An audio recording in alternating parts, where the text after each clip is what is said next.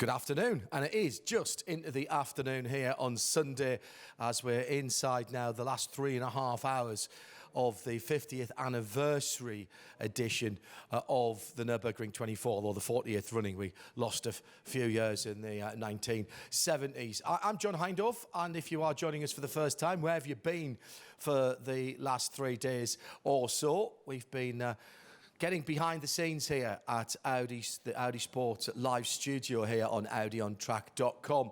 And I'm delighted to say we're going to do exactly the same now and get a real insider's perspective as to what it's been like this morning and indeed what it was in those terrible conditions last night. Welcome, the birthday boy this weekend, Christopher Haase. How are you, Chris?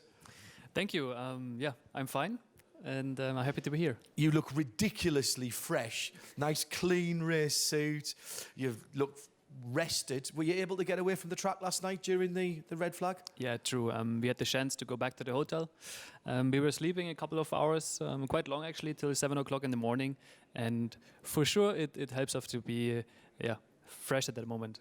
Tell me about last night and those conditions coming up to the red flag. You were out there in the worst of them. And my goodness, it was, in some ways, it was just survival out there? Yeah, it was very, very difficult, I have to say. Especially at the very end, the last half an hour was super, super difficult to drive. We had a lot of aquaplaning. We had, also a lot of issues to get a clear view with all the fog, which was around the track. And at the end, I also had a little spin. Luckily, nothing happened. Yes, where was this little spin on the track? It was, we call the area Hatzenbach. Yes. It's let's say, normally it's quite slippery. And I was already very slow, but not slow enough. But there's no runoff there. How did you not hit anything? I guess this is maybe the present of my birthday. Because it's very unusual that you don't hit something at this area. Mirko Bortolotti has just brought your car in from the lead. It's being serviced. That was spot on. That was another 8-lap stint, which is exactly what we expect. He's sitting there in the pit lane at the moment taking service. At the moment, it still looks quite greasy in places, but there's certainly a dry line. So slick tyres with hand-cut grooves, is that what we're thinking at the moment? Honestly, I'm not 100% sure what they are doing right now. For sure, we had last time the dry, wet tires on. So it should be normally now slick or like something like intermid. Yeah. I'm not 100% sure what they are doing now. But if you look Nico Müller, for example, he's setting purples in a row. And I guess he is something on slicks now. And got to talk about Bortolotti. What a first 24 hours. I've seen him this year in the NLS. We've been covering that for the series.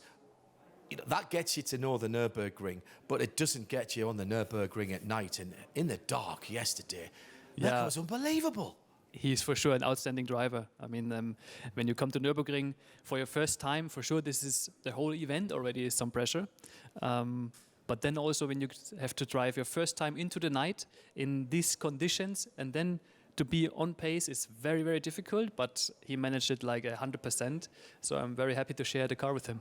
We were talking to Chris Renke earlier on from Audi Sport, and he was saying this 7-hour block at the end, everybody immediately starts at the end and works backwards. So what's the plan for the team Audi Sport team car collection car, the number 3 car? You know, that red flag made the 24-hour race, or changed the 24-hour race actually into a sprint race at the end. And from the first lap on today, we know, okay, this is going to sprint till the checkered flag.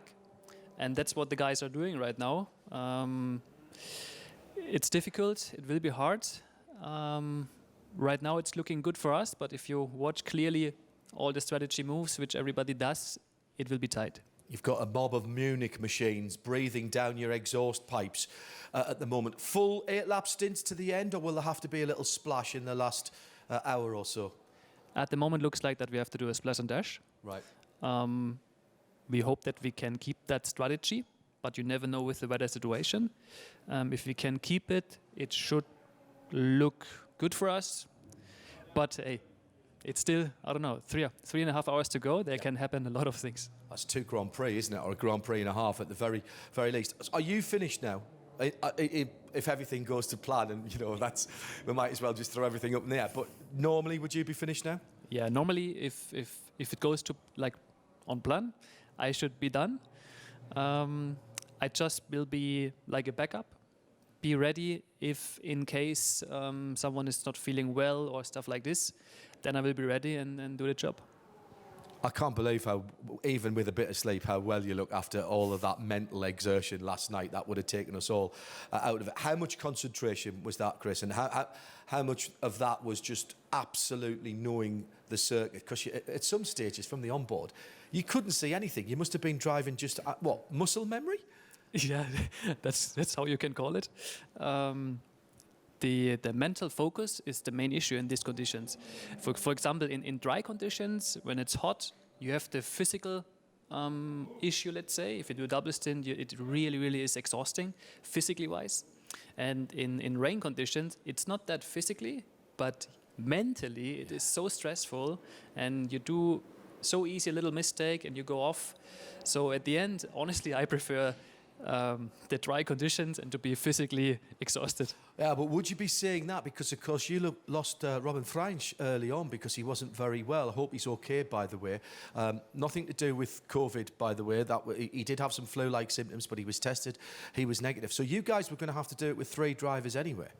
Yeah, that's true. Very unlikely for Robin. He's a good guy, always has a lot of strokes. But at the end, we were a bit lucky with the red flag. So with 3 drivers, it's actually no issue. For sure, it's a different story when it's very hot. You want to have 4 drivers on the car. It's good to see you again. Thank you. Let's hope you get the birthday present that you wanted. And that, I don't mean not hitting the barriers in the hats and back when you spun. Give our best to the rest of the team. Strong showing. Well Thank done you. so far. Thank you. Let's keep the fingers crossed. Thank you. Christopher Haase for the number 3 Audi Sport Team car collection. And we're going to let him go now and head back to the team just in case he is needed. We've talked a lot about teamwork, haven't we, over the last few days here at the Nürburgring 24 Hours for 2020. Back in the UK, I'm very honoured to be an ambassador for the British Motorsport Marshals Club. And marshals all over the world, whether it's here in Germany, back in the UK, at Sochi this weekend for Formula One, or in IMSA at Mid-Ohio. Without those people flagging and doing all of the things that need to be done around the track, we simply can't go motor racing.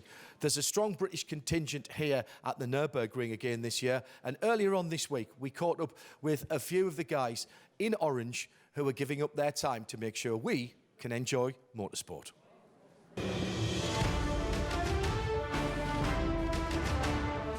I look forward to this race every single year. It's like nothing else.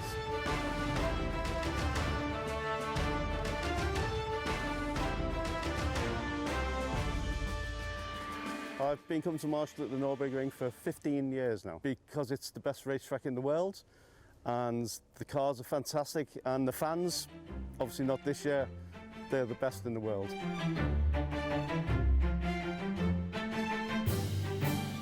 The first time I came here, I was on as a reserve marshal, and I was on post 147, and it was an incredible experience, and it made me want to come back every single year.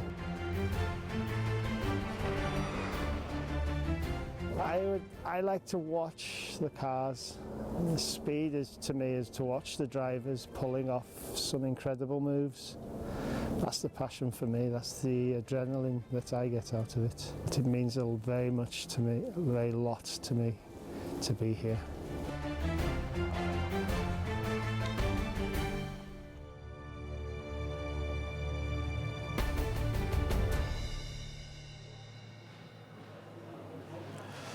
And thank you to all the marshals and volunteer officials from whatever part of the world you come from and whichever motor racing circuit you're going to, whether it's your local track and helping out with karting as people are starting out their careers, or at the high-end World Championship and events like this at the Nürburgring. Extraordinary to me still to think that the top level of professional motorsport still relies so heavily on what is a very professional job done by volunteers doing it in their own time. Brilliant stuff from all of the marshals here. Well, we've got another show to come at 3 o'clock when we'll be looking to see what the last half hour will bring.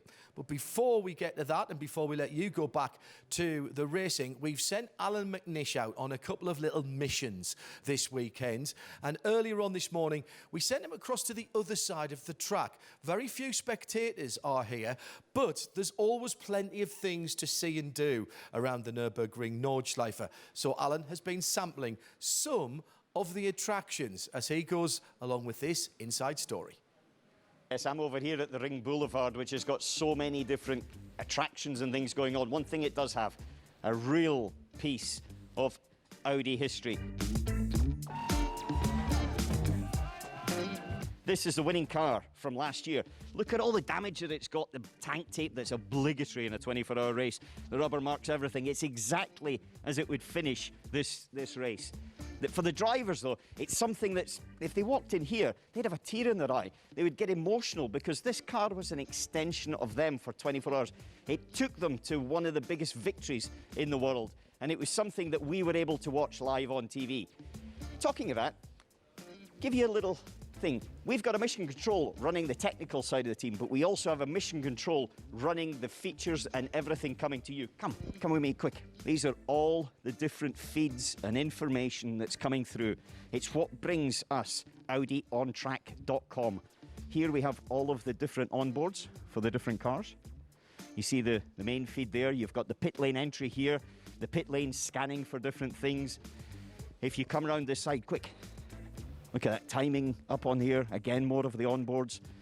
In the centre, you've got all the penalties that are coming through from the race directors, all the things that will be coming up so that the director knows exactly what to go to next. Because as we are predicting what's happening in the race, they are predicting the same thing for everything that comes to you. Now, I'm just going to sit down here for a minute because I think I've got one of the best views in the house. The only better one? Sitting in the car. Well, I've made my way along to the official Audi shop. You'll have to come to the Audi shop. Come inside, though. See on the left-hand side a replica of the #1 car that's racing this year in that green colour, that deep, deep green colour. And then that's got a sort of link directly to this place because it's called the Green Hell. History lesson. Jackie Stewart was the driver that christened the Nürburgring the Green Hell. However, from Audi's point of view, this car's won 5 times here. And in homage of that, they've brought out the Green Hell limited edition. 50 versions of these 620 horsepower beasts are now available for sale. And I have to say, it is beautiful.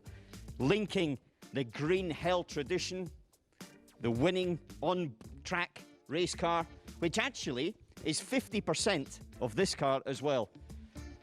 Both of them look stunning, and both are winners. Nice to see that Alan was looking after my car that I'll be taking home, the Audi R8 V10 Grüne Helle, the Green Hell Special Edition. If only I can dream. I think R and 8 are 2 Audi numbers and letters that I probably haven't driven. I think we've done just about everything else down through the years with our association with Audi. Thank you for that, Alan. And again, thank you to all the marshals around this track and around the world.